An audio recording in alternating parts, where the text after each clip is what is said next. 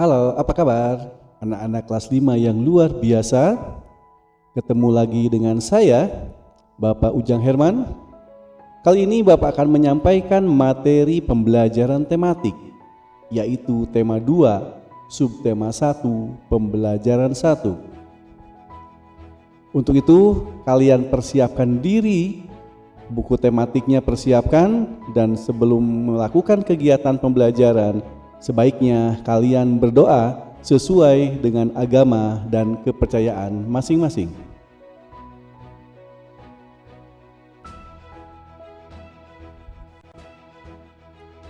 Anak-anakku yang terkasih, sebelum pembelajaran ini dimulai, akan Bapak bacakan dulu tujuan pembelajarannya.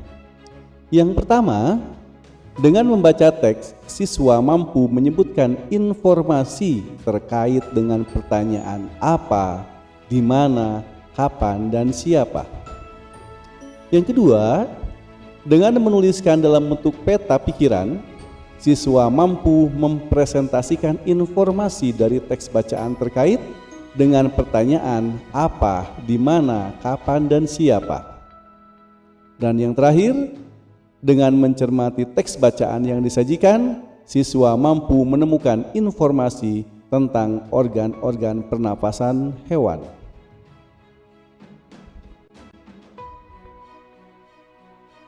Anak-anakku yang terkasih, di situ sudah terpampang gambar yang ada di layar. Nah, pertanyaannya yang harus kalian jawab adalah, apa saja makhluk hidup yang ada pada gambar di atas? Oke, jawabannya adalah manusia, kambing, ayam, dan itik. Sama ya jawabannya. Yang kedua, apa saja perbedaan makhluk hidup yang ada pada gambar itu? Coba apa saja perbedaannya? Baik, mungkin kalian bisa melihat anggota tubuhnya, bagaimana cara berjalannya, jenis makanan, dan tempat hidup, dan sebagainya. Kalian bisa lihat perbedaan-perbedaan masing-masing makhluk tersebut. Yang ketiga, apa pula persamaannya? Baik, persamaannya kira-kira misalkan membutuhkan makanan, bernafas, tempat tinggalnya, dan sebagainya. Yang keempat, apakah semua makhluk hidup membutuhkan oksigen? Jelas, kalian serentak menjawab, iya, semua makhluk hidup membutuhkan oksigen. Yang kelima, bagaimana proses pengambilan oksigen oleh makhluk hidup? Bagaimana? Ayo. Baik, proses pengambilan oksigen oleh makhluk hidup berbeda-beda. Pada tema inilah kita akan menyampaikan materi pembelajaran tentang bernafas, ya. Yang keenam, apa yang harus kita lakukan supaya ketersediaan oksigen terjaga? Apa yang kita lakukan? Baik, ketersediaan oksigen dapat terjaga bila kita melestarikan lingkungan dengan menanam tanaman hijau. Dan yang terakhir, bagaimana tanggung jawab kita terhadap masyarakat dalam menjaga ketersediaan oksigen? Ada bentuk tanggung jawab kita terhadap masyarakat, salah satunya adalah menjaga lingkungan demi tersedianya oksigen. Bentuk lain dari tanggung jawab itu akan dipelajari pada tema ini. Anak-anakku yang terkasih, mari kita mulai pembelajaran tema ini dengan dimulai dengan bacaan Dayu dan ikan hias. Dayu memelihara banyak ikan hias berjenis ikan mas koki. Ikan-ikan hias itu dipelihara dalam sebuah akuarium. Setiap hari Dayu memberi makan ikan-ikannya. Dayu juga rutin membersihkan akuarium, lalu mengganti airnya dengan air bersih. Kegiatan itu ia lakukan seminggu sekali. Dayu senang melihat ikan-ikan di dalam akuarium berenang ke sana kemari. Dayu memperhatikan saat mulut-mulut ikan itu terbuka dan menutup, seolah-olah ikan-ikan itu selalu menelan air. Dayu bertanya-tanya, apa yang dilakukan ikan-ikan itu? Baik anak-anakku yang terkasih, kalian telah membaca bacaan tadi yang berjudul Dayu dan Ikan Hias. Perhatikan peta pikiran atau mind map di bawah ini, lalu jawablah pertanyaan dalam setiap kotaknya. Tentunya kalian masih ingat ya isi dari bacaan tadi.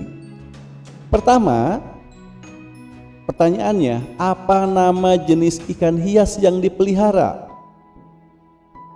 Oke, jawabannya ikan mas koki, betul. Yang kedua, pertanyaannya, siapa yang memiara ikan hias?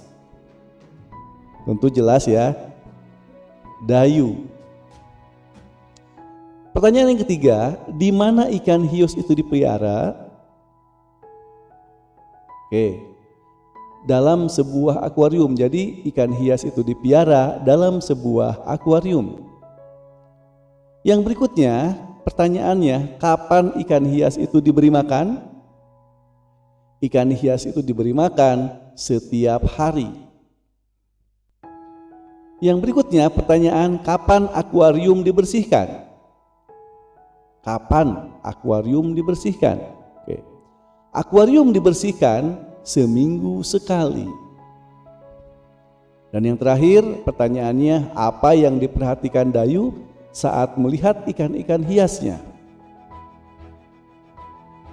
Jawabannya adalah Dayu memperhatikan saat mulut-mulut ikan itu terbuka dan menutup, seolah-olah ikan-ikan itu selalu menelan air. Nah, ini adalah peta pikiran atau mind map yang harus kalian isi.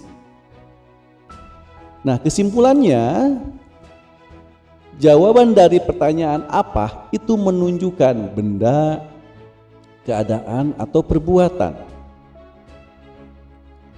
Kemudian yang kedua, jawaban dari pertanyaan di mana itu harus menunjukkan lokasi atau tempat. Yang berikutnya, jawaban dari pertanyaan kapan menunjukkan waktu. Yang berikutnya, jawaban dari pertanyaan siapa menunjukkan orang atau pelaku yang ditanyakan.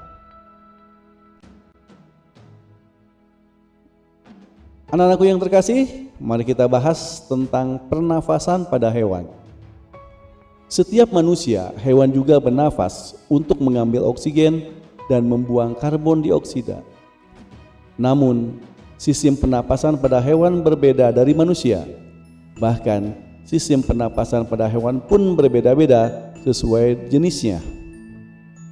Baik anak-anakku yang terkasih, berikut Bapak akan jelaskan sistem pernapasan pada beberapa jenis hewan.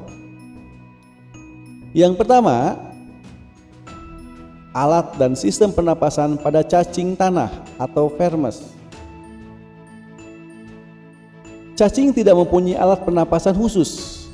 Cacing bernapas melalui permukaan kulitnya ya anak-anak, permukaan kulit.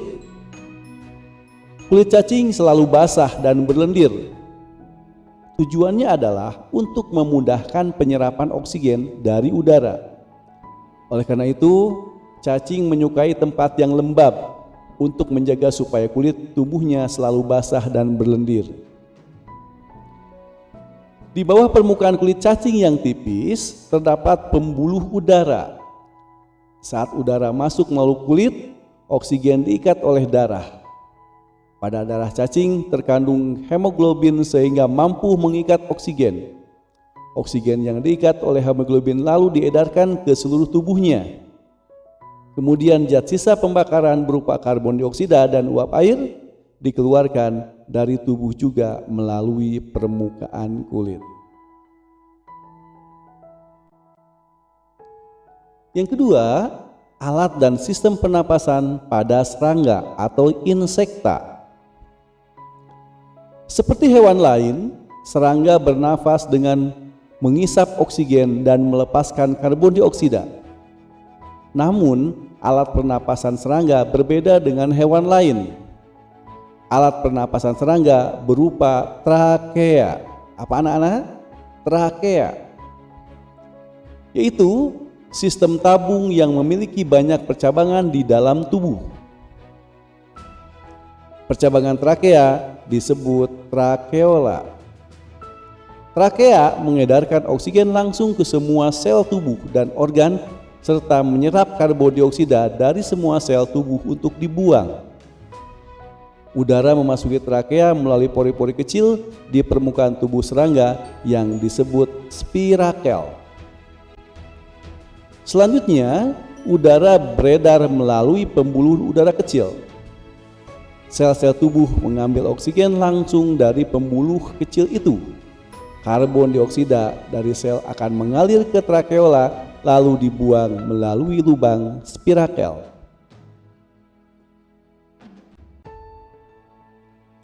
Yang ketiga, kita akan bahas tentang alat dan sistem pernapasan pada ikan, Pisces. Semua makhluk hidup termasuk ikan memerlukan oksigen supaya tetap hidup. Pengambilan oksigen ini melalui proses pernapasan yang melibatkan organ pernapasan. Ikan bernafas dengan organ khusus mirip saringan yang disebut insang. Insang berbentuk lembaran tipis berwarna merah muda dan selalu lembab. Insang terdapat tepat di belakang rongga mulut pada kedua sisi kepala ikan. Biasanya insang dilindungi oleh selaput atau rangka yang disebut tutup insang atau yang disebut operculum. Di balik tutup insang ini terdapat 4 deret insang yang saling tumpang tindih. Pada insang terdapat pembuluh darah halus. Pembuluh darah itu dapat menyerap oksigen yang terkandung dalam air dan melepaskan karbon dioksida dari darah. Insang juga berfungsi sebagai alat pengeluaran garam-garam dan sebagai penyaring makanan. Untuk memperoleh cukup oksigen, mulut ikan dan insang bekerja bersama-sama seperti pompa isap air. Pertama-tama, tutup insang menutup. Secara bersamaan, mulut terbuka dan dinding mulut mengembang. Saat itulah air terisap masuk. Kedua, organ mulut menyempit dan mulut menutup. Secara bersamaan, tutup insang terbuka. Akibatnya, air keluar dari mulut dan melewati insang. Saat itulah oksigen di dalam air terserap dan karbon dioksida dikeluarkan. Kita perhatikan gambar ikan di atas. Pada gambar kiri di atas ditunjukkan saat pernafasan dimulai. Mulut ikan membuka dan rongga mulut mengembang untuk mengisap air. Gambar anak panah biru menunjukkan aliran air masuk ke dalam rongga mulut. Kemudian gambar di sebelah kanannya menunjukkan saat berikutnya mulut ikan menutup dan tutup insang terbuka. Gerakan mulut ikan dan tutup insang itu secara bersamaan memompa air keluar dari rongga insang. Anak panah biru menunjukkan aliran air keluar melalui insang.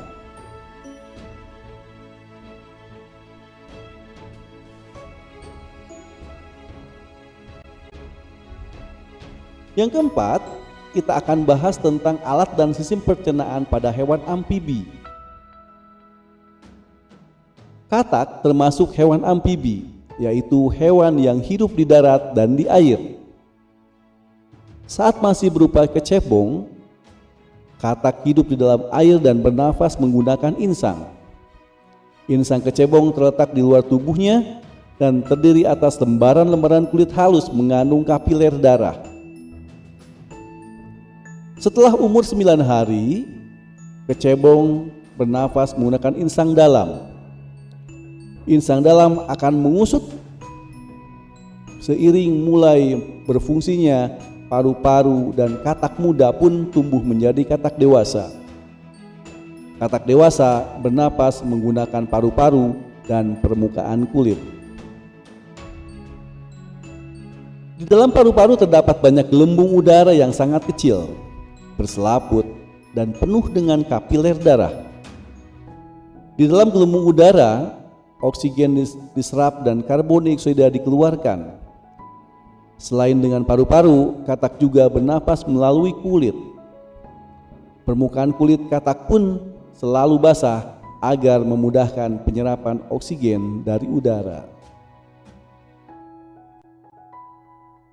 Yang kelima, kita akan bahas tentang alat dan sistem pernapasan pada reptil.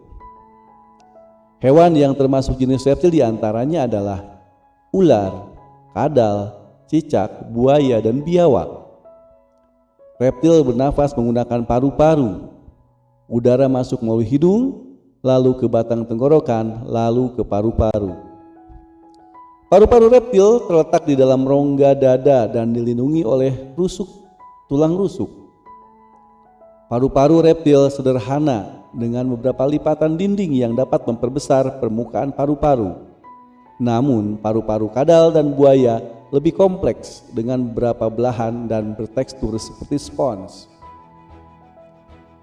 Pada reptil yang sering berkubang di air seperti buaya, lubang hidungnya dapat ditutup selama menyelam. Dengan begitu, air tidak akan masuk ke dalam paru-paru.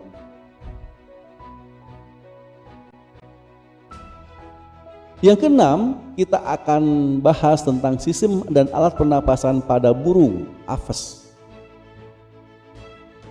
Burung bernapas dengan sepasang paru-paru. Paru-paru terletak di dalam rongga dada. Udara yang mengandung oksigen masuk melalui lubang hidung pada pangkal paru sebelah atas. Selanjutnya, udara masuk ke pembuluh udara yang disebut trakea. Dari trakea, udara masuk ke paru-paru dan sebagian lagi masuk ke kantong udara. Burung menghirup udaranya sebanyak-banyaknya saat tidak terbang. Sebaliknya, saat terbang, burung tidak menghirup udara. Udara dihembuskan dari kantong udara ke paru-paru. Kantong udara burung berfungsi sebagai tempat menyimpan udara. Saat tidak terbang, burung menghirup udara sebanyak-banyaknya. Udara yang dihirup itu kemudian disimpan dalam kantong udara. Dan saat terbang, burung tidak menghirup udara, melainkan mengambil dari kantong udara. Kantong udara juga membantu burung saat terbang, membantu mencegah hilangnya panas tubuh yang terlalu besar dan memperkeras suara.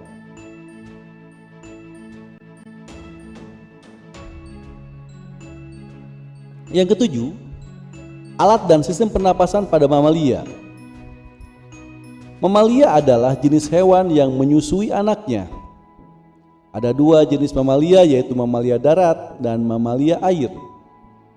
Mamalia darat misalnya kambing, sapi, kerbau, dan kuda.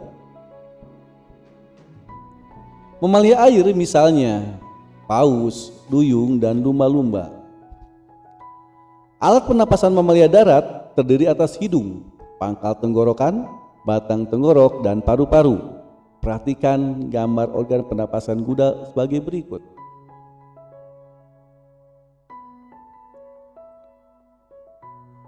Pada mamalia air, hidungnya dilengkapi dengan katup. Saat mamalia tersebut menyelam, katup akan tertutup. Sebaliknya, saat mamalia tersebut muncul di permukaan air, katupnya terbuka. Saat itulah mamalia air tersebut akan menghirup oksigen serta mengeluarkan karbon dioksida dan uap air. Anak-anak yang terkasih, pembelajaran hari ini cukup, yaitu materi tentang mind map atau pemetaan, dan yang kedua adalah alat organ dan pernapasan pada hewan. Itu saja yang bisa Bapak sampaikan hari ini, semoga bermanfaat. Apabila ada kekurangan, mohon maaf yang sebesar-besarnya. Terima kasih, selamat belajar.